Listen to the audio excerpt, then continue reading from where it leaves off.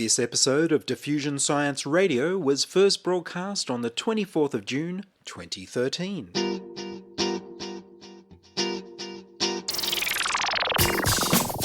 Diffusion, the international science radio show. We have a bouncer on the doors of perception. The good, the bad, the ugly. It gets pretty exciting. The myths, the truths. Toxicology. Astroseismology. Magnetism. The dark side. Genetically engineered potatoes. Planetoid. I love that word.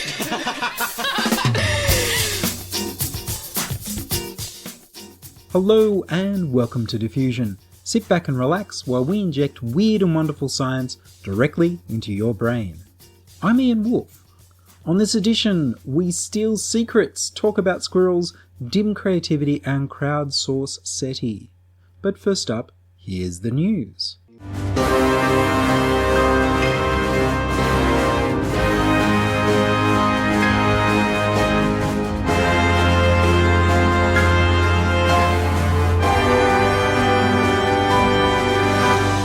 Phoning ET gets crowdfunding. Lone Signal is open for business, and its business is taking any message you want and sending that by radio into space, in hope that aliens will receive your message.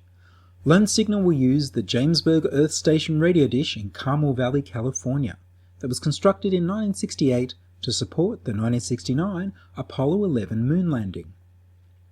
In addition to the messages from customers, Lone Signal will beam a hailing message developed by astronomer Michael Bush, designed to be easy to decode by alien civilization despite being in ones and zeros. The hailing message will be on one frequency to attract attention, and the individual messages will be on a nearby frequency. To start with, Lone Signal will continuously point at Gliese 526, a red dwarf star only 18 light years from Earth that's known to have planets that might be in the Goldilocks habitable zone of the star, where it's not too hot and not too cold for life. The idea is to beam a continuous signal, rather than just one burst, to increase the chances of someone detecting the message. Lone Signal may be pointed at other potentially inhabited targets in the future. For a light bulb moment, turn down the lights. IO9.com reports that scientists from the University of Stuttgart and the University of Hohenheim tested people's creativity by asking them to draw aliens while they were sitting in differently lighted rooms. People were instructed to imagine going to another galaxy in the universe and visiting a planet very different from Earth. And then they were asked to spend 7 minutes drawing a picture of an alien creature that's local to this planet. Participants were given a blank sheet of paper on which they were to draw the aliens they encounter. The drawings were assessed in terms of overall creativity, similarity to Earth creatures, and atypicality, the differenceness of features. Overall creativity was measured on a scale of 1 to 5. Similarity to Earth creatures was measured by how similar the aliens were to Earth creatures, the extent to which participants took general Earth animals into account when making their drawings. The number of atypicalities was assessed on 5 items referring to sensory organs and on 4 items referring to body features.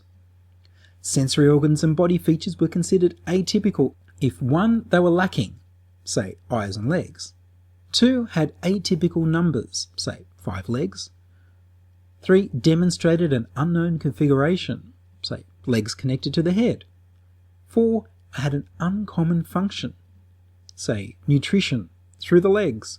Additionally, sensory organs were considered atypical if 5. They had an uncommon ability, say X-ray eyes.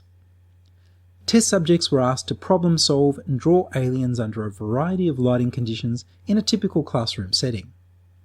Some students were asked to problem solve in dim light of 150 lux, others in neutral light, 500 lux, the recommended lighting level for office work, others still in bright light, 1500 lux. In additional studies, test subjects were primed to merely think about lighting conditions prior to problem solving, by having them describe a situation in which they'd either been in a bright or a dark location. Not only did the test subjects working in dim lighting conditions demonstrate improved creative performance, but those primed to merely think about darkness also improved. An extra study wherein test subjects were asked to rate how they perceive themselves during creative tasks found darkness, real or imaginary, inspired feelings of freedom, self-determination and reduced inhibition. With two exceptions. In a follow-up experiment, the researchers employed upright floor lamps to provide indirect, non-uniform light, instead of the direct, uniform overhead lighting used in previous trials. In this new setting, there was no significant effect observed on perceived freedom from constraints, and the darkness-related increase in creativity disappeared. Although idea generation is seen as a core step in creative achievement, write the researchers, innovation also requires the evaluation of ideas. So different stages require different mental skill sets. To test this assumption, the researchers had participants perform creativity tasks and analytical thinking tasks in a variety of lighting environments. As expected, creativity flourished in dim conditions relative to lit ones, but analytical performance was best in a brightly lit room. The key to maximising innovation then, from the perspective of interior lighting, appears to be adaptive lighting that can change according to the task at hand. After all, creativity may begin in the dark, but it shouldn't end there, say the researchers. The paper, Freedom from Constraints, Darkness and Dim Illumination Promote Creativity, was published in the Journal of Environmental Psychology. For some people, space really is the final frontier.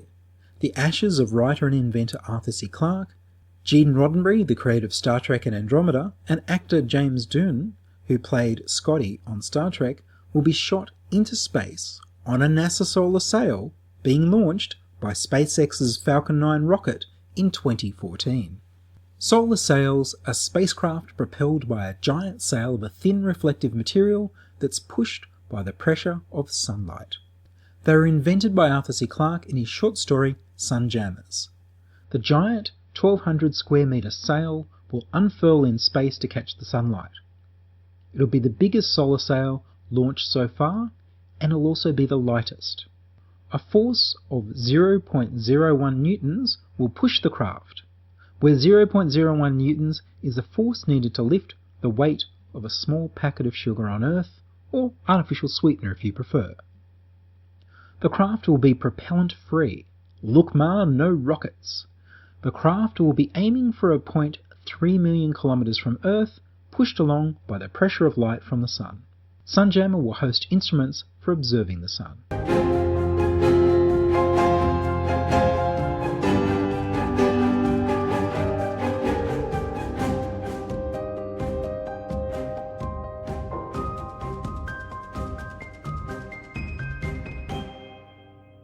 Last night, I saw a sneak preview of the Universal Pictures movie We Steal Secrets, the story of WikiLeaks. But the film's not really about WikiLeaks and the crimes that it uncovered, as there's very little focus on those. Instead, the film focuses on the personality and character of Julian Assange and Bradley Manning, painting them as bad and mad, respectively. 2/3 of the way through the film, the former head spy of the NSA says, "We steal secrets from other countries." The government spies steal secrets, whereas WikiLeaks accepts documents about crimes from people of conscience through an electronic mailbox that's encrypted so that WikiLeaks can't reveal who leaked the evidence, because they genuinely don't know. It's central to how WikiLeaks works that they never directly speak with their sources. Yet Alex Gibney, the director, as the narrator, calls Assange a liar for saying this. A whole 2.5 hours about WikiLeaks, and Alex Gibney doesn't understand or willfully calls into doubt the first basic fact of WikiLeaks is its anonymous dead-drop system. To someone who's followed the story from the start and read deeply about all the events and the players, the film shows some seriously misleading half-truths and untruths that seem to suit an agenda. One of the most important points about this film is that nobody from within WikiLeaks cooperated with the director. So the interviews that aren't anti-WikiLeaks are all from other films or TV shows. It's second-hand footage. Instead, WikiLeaks chose an exclusive deal with another filmmaker, Oscar-nominated Laura Poitras. Her film will be out later this year, and it's less likely to have misinformation because she spoke with people who work in WikiLeaks. The film opens with footage and photos from the 1980s of the wankworm attack on NASA computers that was documented in Soulette Draper's book Underground. WANK stood for Worms Against Nuclear Killers, because NASA was launching plutonium, and people were upset. The film shows video of the computer screen showing file deleted 1, file deleted 2, and so on, and the worried NASA engineers. But it doesn't deliver the punchline that no files were actually deleted, and the whole thing was an elaborate practical joke. They show that the wank hackers used a Midnight Oil song, and then show Julian Assange quoting the line from the song, out of context, from a documentary about the book Underground. It felt like watching a creationist film, where they edit the film to make it look like Carl Sagan and Isaac Asimov support religious creation stories over science. They use this quote to strongly suggest that Assange was the wank hacker, despite the fact that the police were never able to trace the wank worm to any individual or group. Anyone in the world who's heard Peter Garrett sing could be guilty. I suppose it works better in America, where they're often given the view that Australia has only 20 people, rather than over 20 million. Bizarrely, they also showed footage of video from Australian TV in the 1980s that overhyped the scariness of 1980s hacking, and how it was worse than axe murdering. What only the book Underground reports is that the NASA computers were broken into because they had the passwords set to the usernames. They may as well have had no security at all. The film reveals that Assange's teenage online pseudonym was Supreme Mandax, and then totally misses the point that it's a typical hacker's self-referential joke. In Latin, it means nobly untrue, which any computer handle that protects your anonymity by not using your real name must be. The noble untruth is in the name itself as a pseudonym, not as a self-description of Assange. GNU Linux is called that because GNU stands for GNU's Not Unix, and the software that lets you run Windows programs in Linux is called Wine, W-I-N-E, which stands for Wine is Not an Emulator. In the film, Alex Gibney focuses on the untrue Mendax part to make out that Assange was a self-confessed liar 20 years ago, rather than a programmer with a classics education and a sense of humour. This is laboured over during the whole 2.5 hours of the film, right up to the end, in a way that, like the creationist films, shows that it was made by someone who knew that they were twisting the truth. Gibney states that the judge at the teenage Assange's trial 20 years ago recommended leniency because of a troubled childhood. But the actual court records show that the leniency was because Assange didn't do any damage in the hacking exploits he was charged with. The film features extensive interviews with Adrian Lamo, whose testimony was the only evidence against Bradley Manning until he recently pleaded guilty to some of the charges against him. Lamo was blatantly drugged to the eyeballs in every scene he appeared in. Director and narrator Alex Gibney tells us that Lamo had been in hospital for Asperger's syndrome. Lamo had a history of crime, drug addiction, mental illness, and working as a government informant. He overdosed on prescription amphetamines, and an ex-girlfriend reports that he used a stun gun on her, and that he carries one at all times. He was convicted of breaking into several large companies' computers, including the New York Times. And then his associate, who's an editor at Wired magazine, would contact the companies to tell them and offer Lamo's cooperation in fixing the security flaws. And then he'd go off and get paid to write about it for a security magazine. What a scam! At the time the chat logs were supposedly recorded, Lamo had just been discharged from 9 days of involuntary psychiatric confinement after his antidepressant drugs were stolen and he behaved strangely in front of a policeman. This is not in the film.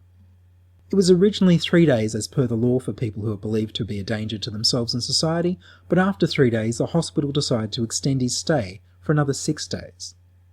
He claims in the film he was diagnosed only with Asperger's syndrome. Even in America, people are generally not put in involuntary psychiatric confinement for having Asperger's syndrome. Any policeman who saw Lamo speak the way he does in this film and didn't suspect he was on drugs or suffering some sort of episode would not be doing his duty. The film shows us a dramatised animation of the chat logs between Lamo and Manning appearing character by character on the screen, and never questions how accurate they are. Text files are notoriously easy to change, yet they're relied upon as the only source.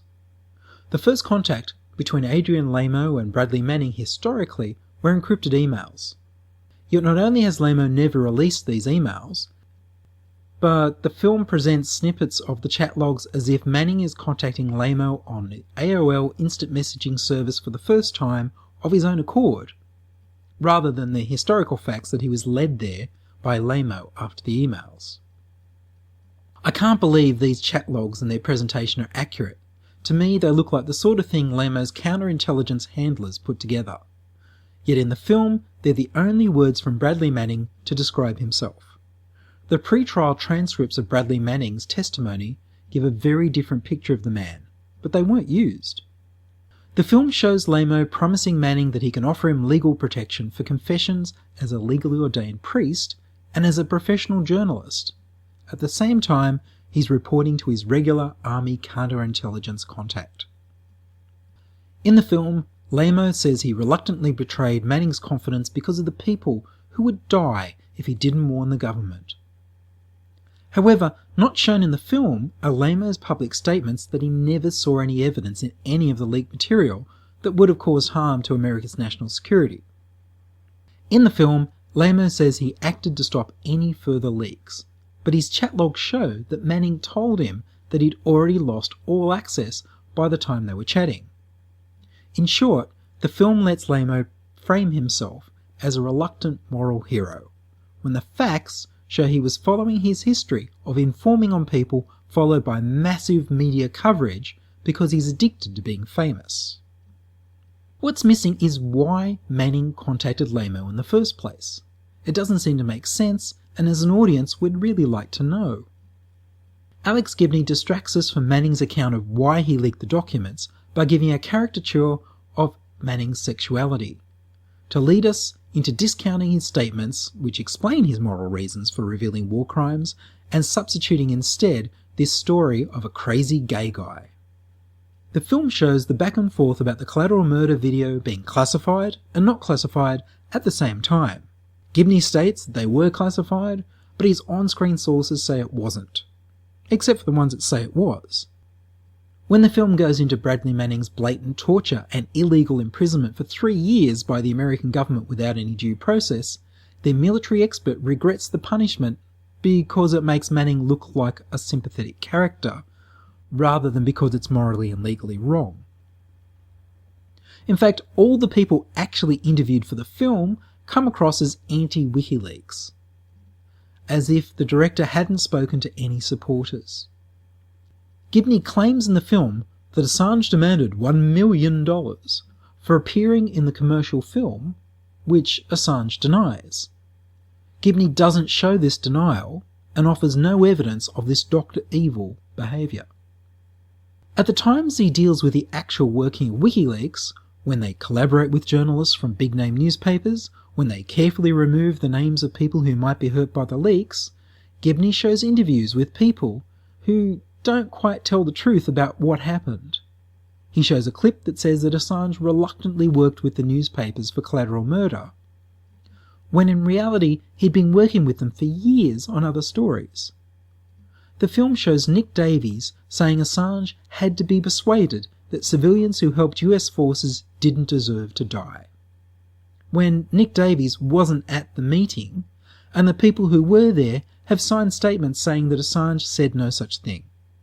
Gibney continues to use these people who historically couldn't have direct information on the situations they report on because they weren't there. There are also clips from people reporting things that are immediately contradicted by the video footage that follows, which is a pretty strange way to run a film. Why would you show someone complaining that Assange had overslept, as he always does, and then show a clip that shows Assange staying up all night and that he'd gone without any sleep? Why ask historian Robert Mann about Assange's character when he's never met him? Why interview Daniel Domscheit-Berg, who was caught sabotaging WikiLeaks mail servers without ever mentioning that fact. The film goes into the rape allegations by interviewing Anna, one of the two women involved. They show a torn condom, but Alex Gibney fails to report that Assange's DNA was not found in the condom. Gibney also fails to show that both women state that they weren't raped, which is kind of importance to the story. It's unique for a rape case in which there's no DNA, and the women say they weren't raped, for the person accused by the police to be chased internationally without any charges. What the women actually wanted was for the police to force Assange to have an HIV test, which would only have made sense before they'd had unprotected sex with him. After unprotected sex, it would only make sense for them to have themselves tested for any sexually transmitted diseases they were worried about. The film misses the fact that Assange agreed to have the test anyway, before the women went to the police, but of course they went there for advice anyway. He also leaves out that Anna blogged about 7 steps to legal revenge before she went to the police, that Anna's a Swedish politician, and that Sweden has really weird sexual politics. The film struck me as a deliberately manipulative, pro-criminal, anti-WikiLeaks propaganda piece aimed at the American market. An appropriate title for a movie telling the story of WikiLeaks should have substituted the word crimes for secrets, and the word reveal for steal. Thus it would have been We Reveal Crimes, the story of WikiLeaks. This film is selectively edited like a creationist film. Remember that when you see it. WikiLeaks have posted a transcript for We Steal Secrets, annotated with comments about where they disagree with the reports presented, and with links to their source materials for proof. I'll throw a link to the transcript on diffusionradio.com. I give the film 2 stars for commercial slickness beyond the dreams of creationists. You're listening to Diffusion Science Radio. Send emails to science@diffusionradio.com. That's science@diffusionradio.com.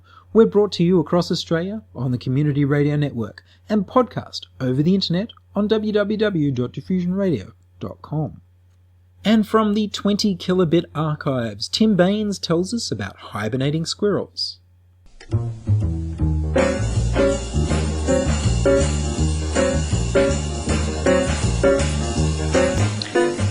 Did you know that during 8 months of hibernation, the 6'6" squirrel of Alaska can allow its body temperature to drop down to -6 degrees Celsius? After fattening themselves up during the summer, these little critters tuck into their burrows about half a metre into the ground sometime in late August. Apart from the occasional wander for bladder relief, they stay down there until next May. And amazingly, during that whole time, they don't eat. Brian Barnes is a biologist at the University of Alaska who has been trying to understand and perhaps tap into the squirrel's unusual ability to hibernate at below freezing temperatures. He believes the 6'6" secret could hold medical solutions for preserving donor organs and helping car crash victims stay alive until medical help comes along. In hibernation, the rate of blood flow to the squirrel brain drops down to just a few % of normal. But when they warm up again, they have no brain damage. In fact, all of their organs are in working order. So what's the secret? Well, Barnes's research shows the rather chubby Arctic squirrel does this by supercooling its blood. You can supercool water by, say, filling a test tube and then slowly freezing it. If the water is kept very still, it can stay liquid even when the temperature drops below freezing.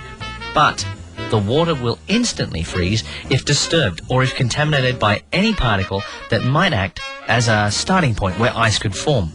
Now, if that happened to the squirrel while it was hibernating, you'd have some kind of homogeneous rodent paddle pop. But it doesn't. Barnes believes it is a combination of chemicals in the 6'6" squirrel's blood that keeps it well away from this precarious near-frozen state, allowing for a less sensitive form of supercooling. If you can find out what these chemicals are, one potential use is as some sort of stasis injection that could be given to victims of severe accidents in order to extend the time the victim is alive before emergency medical treatment can arrive. The same treatment might also allow astronauts to remain in a suspended state, requiring little food or water during many-year voyages to distant planets.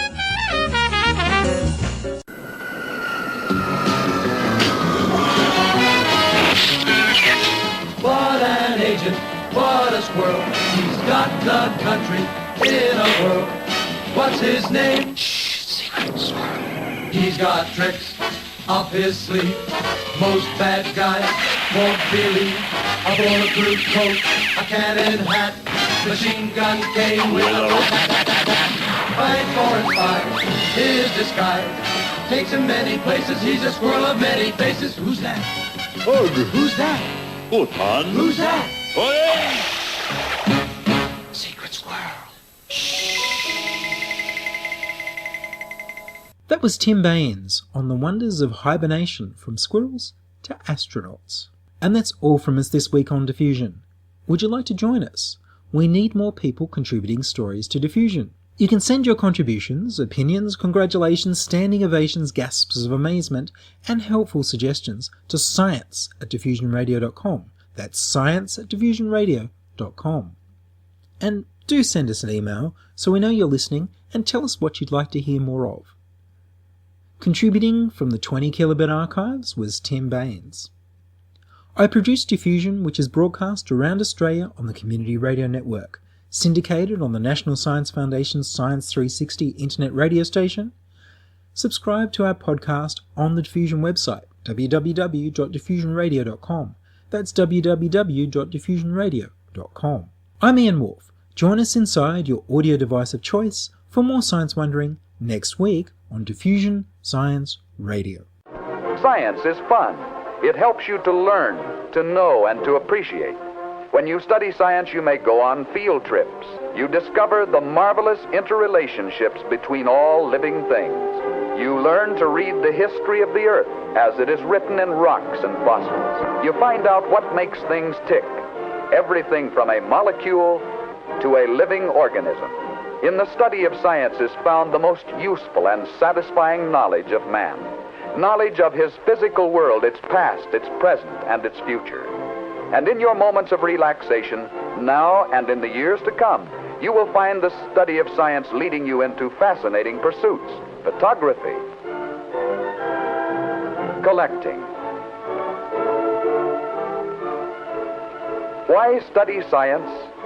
Study science because you will find in the study of science a richer, more rewarding life.